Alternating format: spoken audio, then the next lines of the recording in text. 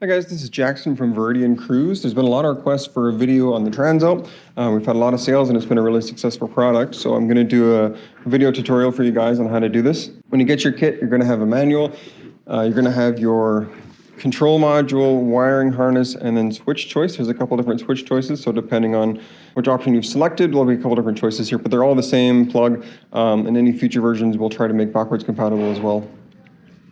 Starting with the controller here, there's a black tab here if you ever need to remove this guy, the main connector, and then there's also a small USB connector here for doing diagnostics. There'll just be a black plug on that guy. When inserting this, make sure you get a click out of it. These tabs here need to be fully seated. Also included in the kit, of course, is your manual, a variety of zip ties, a wire tap.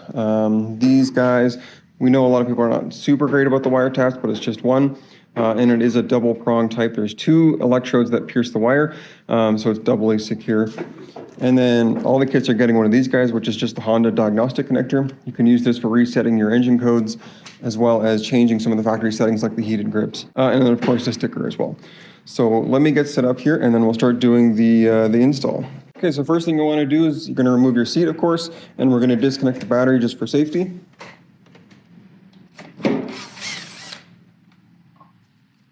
Tuck that away so it's not going to get shorted out. And then I like to put bolts back where we can, if we can. So the battery being one of those guys. Excellent, so now we're safe there. Now the first step that I like to do is to pull off these side panels, just because you don't want these getting scratched. There's a lot of plastic here. So you've got 1, 2, 3 10mm bolts that are going to come out. They're all different lengths, so make sure you keep track of which one goes where. Then on the front side, there's 2 plastic clips. I pulled one out just to show you here. So in the normal position, these clips look like this. To release them, you press the center and then they'll pop inward. Then you can pull them out with a putty knife or just a plastic tool of some kind. They'll just come right out. And then to reset them, push them back all the way out, insert them through the plastics, and then just push the nut. So now that's going to be secure. That's how to use the plastic rib nuts that Honda uses on these bikes. So once you've got those 3 bolts and those 2 plastic retainers, there's 2 kind of plastic nubs in rubber, so this is going to be a bit tight to come off, but they do come off.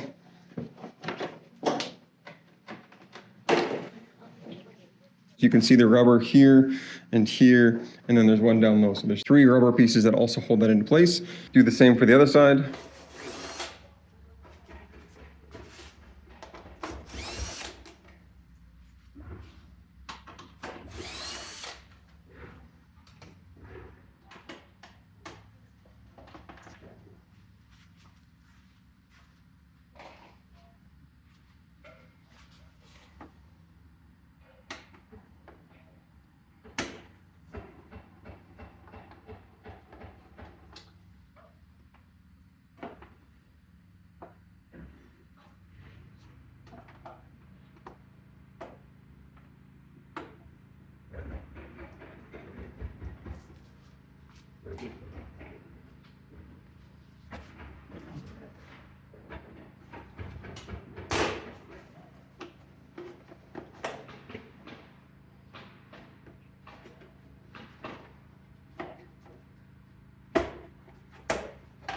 Okay, we're back on the right side here.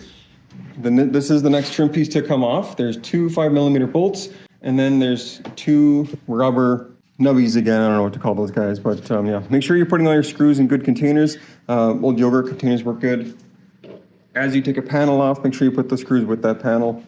So this guy, you're gonna go pop, pop. This has to slide backwards as well. I'll show you on the back. There's 2 tabs. So as this panel comes off, it kind of has to go backwards a bit, and same for install. Next, we've got this big plastic cowling. There is 1, 2, 3, 4 5mm screws, and 1 plastic nutty boy again. So let's just start with the plastic nut, just so it's not going to get damaged. Off the center.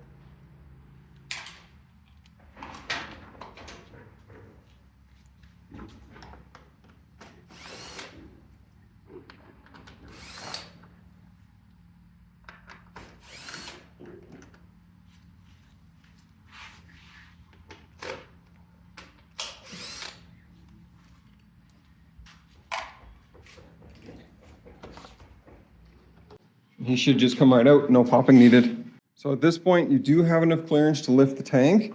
This cowling can kind of move up enough to lift the tank, but I'm going to show you the full way just so that if you ever need to get in back behind here, you'll need to do that for your grips or your accessory plugs if you're doing that at the same time, which I would recommend to do. So for this LCD cowling, we've got 2 5mm and 2 more of the plastic rivets here.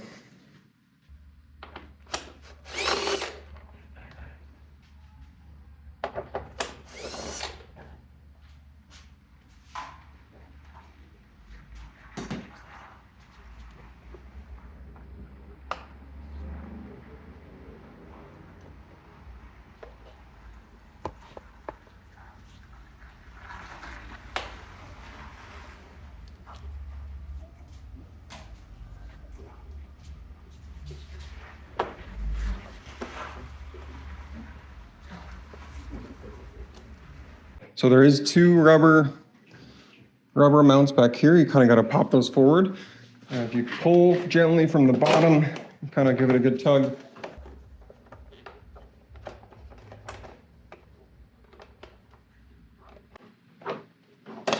Those will release.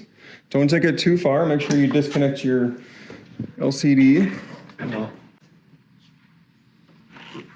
LCD here, we've got a tab on the top. Push down, comes out. And then if you've got the 12-volt accessory, that kind of can get disconnected too.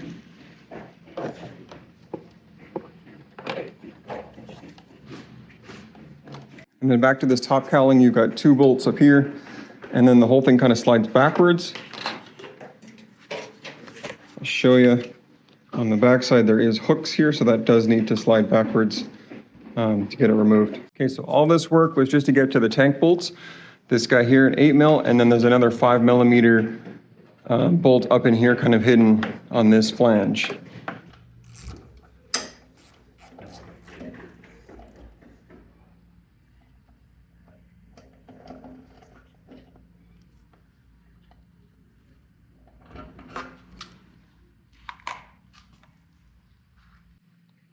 You might have to get a little bit creative with this 5mm in here. I've got a long Allen key. I'm just going to use a tool just to break that, and we'll pull the rest of that out.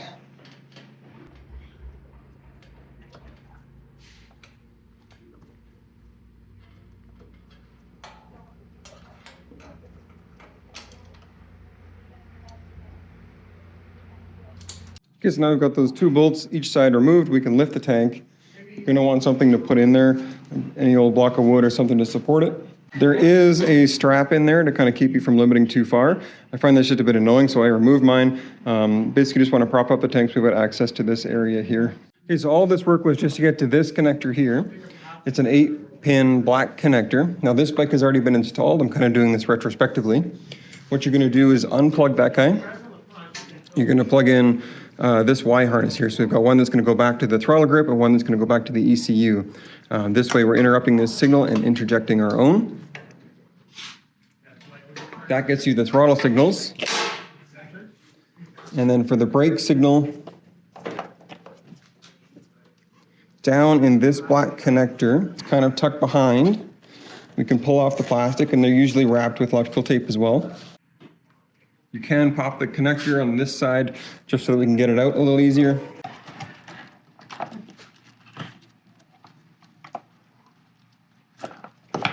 So we'll pull back the plastic so we can see that we've got our purple wire coming from the harness, and that's going to tap into this blue or black with blue wire.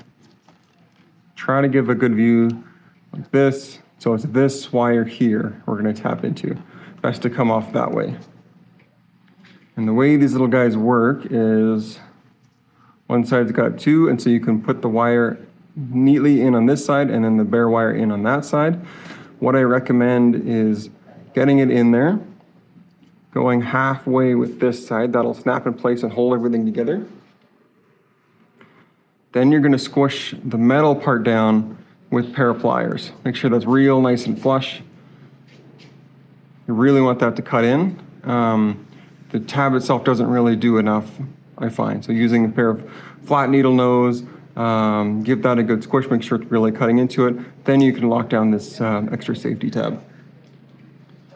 So once we've got that in, now this wire is black with blue on the North American bikes. I'm fairly certain it's a different color on European and Australian bikes. I'm just not sure what that is yet. Somebody please comment as soon as we can find that out. And then we can tuck this whole thing back up away. I've got the purple wire.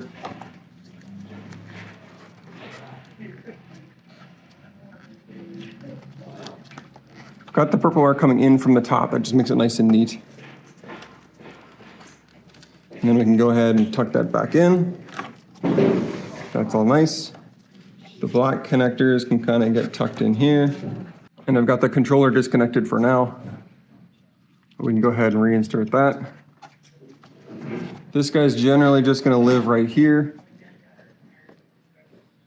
You can zip tie it around this bracket. Some people have drilled holes here as well to kind of get it to mount up there. There's a bit of room here for this to live, so it can kind of live there. Now, if you want to use the USB connector, you'll have to do that now. Make sure you run a cable and leave it there. Or if you get it just right, you can kind of remove just this one panel to get back to that. Again, for normal installs, you won't need it. This is for tuning the feedback loop, or if we do firmware upgrades in the future to improve the cabling or something. Next step is the switch. I'm going to cover the soft touch switch we have because that's the most purchased one.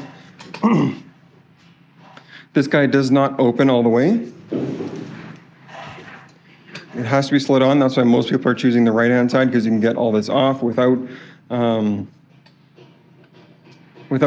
it. The left side is glued, the right side is not, because of course it's got the throttle. Remember that these screws back here are GIS. You will need a proper GIS driver, not a standard Phillips. Phillips will strip it. There is one trick I can share with you guys though. If you take a serrated hacksaw blade, and gently cut here and here, you can, and you're only cutting halfway, just this first rib. Then you can get enough stretch on this to open it all the way. You might want to cut maybe this guy, and this guy, about halfway through. You can get enough opening to get that around the right-hand side. So I'm not going to cover that exactly, but you're going to put that on. You're going to route it back around. Make sure you follow the wiring that's kind of already there. So best to just kind of follow this guy, come around kind of the right-hand side. Always just following existing wire is the best case. These clamps are big enough, so I've got this installed on the right-hand side. You can come around and just follow the existing wiring with the existing clamps, fit just enough. Now is also a good time to do your heated grips. Those connectors are in the same place in this area, or the 12-volt adapter if you're going to do that as well. So the cruise control system does not interfere with the heated grips at all. There's no reason for any confusion there. Most of the power comes from the throttle grip here. So, and then lastly, we need this diagnostic connector. So the diagnostic connector, again, is just going to run, zip tie that guy down nicely. You can follow these brake lines, they're perfect.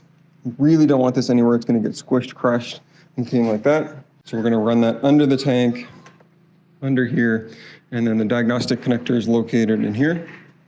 And kind of pull that guy out. It's going to be in a black kind of rubber cozy, all taped up. It is a bright red connector. There'll be a cap on that to take off, and then you can plug in the diagnostic connector. The bike will run without it plugged in. You can run and drive, you just don't get cruise. So if you need to use the plug for something else, you can just disable cruise that way. Okay, so now we've got all the plugs connected, everything is installed. Before closing it up, you should check that the brake connection works. So we're going to reconnect the battery. We're going to connect the LCD. That just makes sure that we don't get a check engine light when we turn this on. So we'll turn the bike on. And you should see that the controller shows a yellow light. This means that the system is seeing the bike. The diagnostic system is working, but we're in a state that we cannot enable cruise. That's normal. So at this point, squeeze the brake lever. You'll see it start flashing red and yellow. Same with the rear. So now we know that our brake connection works. If you see red, that probably means that the diagnostic connector is not connected. So I'm just going to go ahead and remove that. And you'll see now that's showing red because it's not seeing the diagnostic connector. That should come back. Now that we've connected it. We've verified that the brake connection works. Now we can go ahead and reassemble. So we're going to go ahead and zip tie some of this down and just secure it in place. When you're dropping the tank, watch just that this diagnostic cable is not getting pinched. It's going to be safe. It's zip tied down. That needs to last you a while.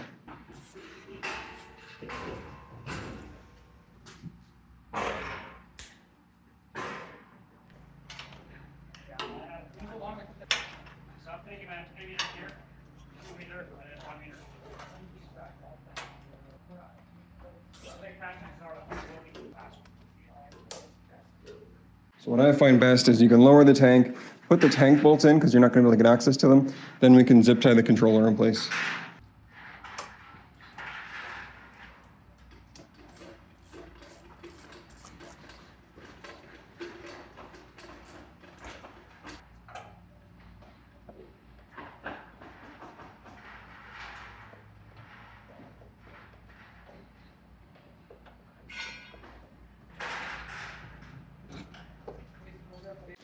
We've got the tank bolted down, we've got everything together. If you're extra paranoid, you could take it for a ride just around the block, make sure everything's working. Reconnect the battery, reconnect the display. At this point, we're just going to reattach plastics. I'm leaving my controller unzip tied just free because this is a development bike and we're going to be changing stuff, so I'm not going to waste a bunch of zip ties. But generally, you kind of want to get this guy, and what most guys have been doing is drilling a couple holes right here to kind of mount this up nicely. But you can go around this bracket here. So through the holes work best.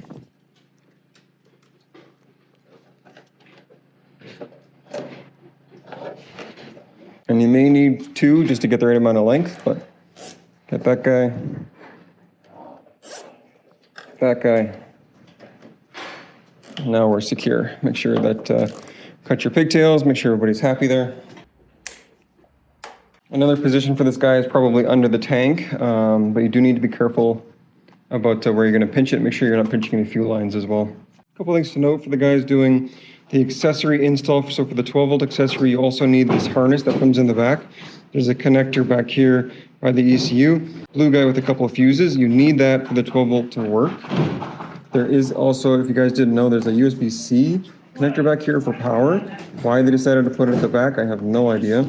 I do intend on getting a big long cable to run that to the front at some point. And then up in the front, so for the guys doing the 12-volt connector, you need this plug here. Should be pretty plug and play with that harness at the back. Okay, so that's pretty much it. Just make sure everything is nice and tidy. Everything's zip tied, not gonna pinch. At this point, I'm just gonna do all the plastics again, reverse order. If there's any questions, please email info@Veridian Cruise. Again, happy to help. Make sure that you guys reach me as soon as you can if you've got problems. We are here to help you guys get this together. And I'll just do the rest of this as a bit of a sped up time lapse to put it back together.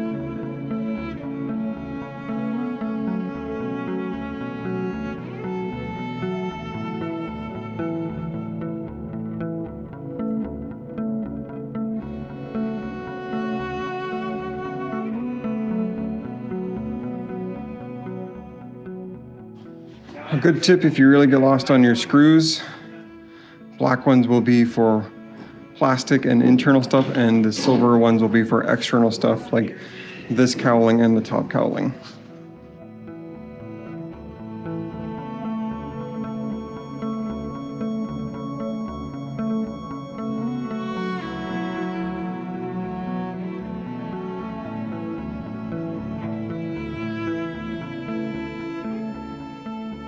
So for this side panel, I can offer a bit of help if you get your screws lost. Short, fat head that goes on top. Long goes at the bottom. And then this flanged one has got a bit of a seat that goes in the middle, or near the front.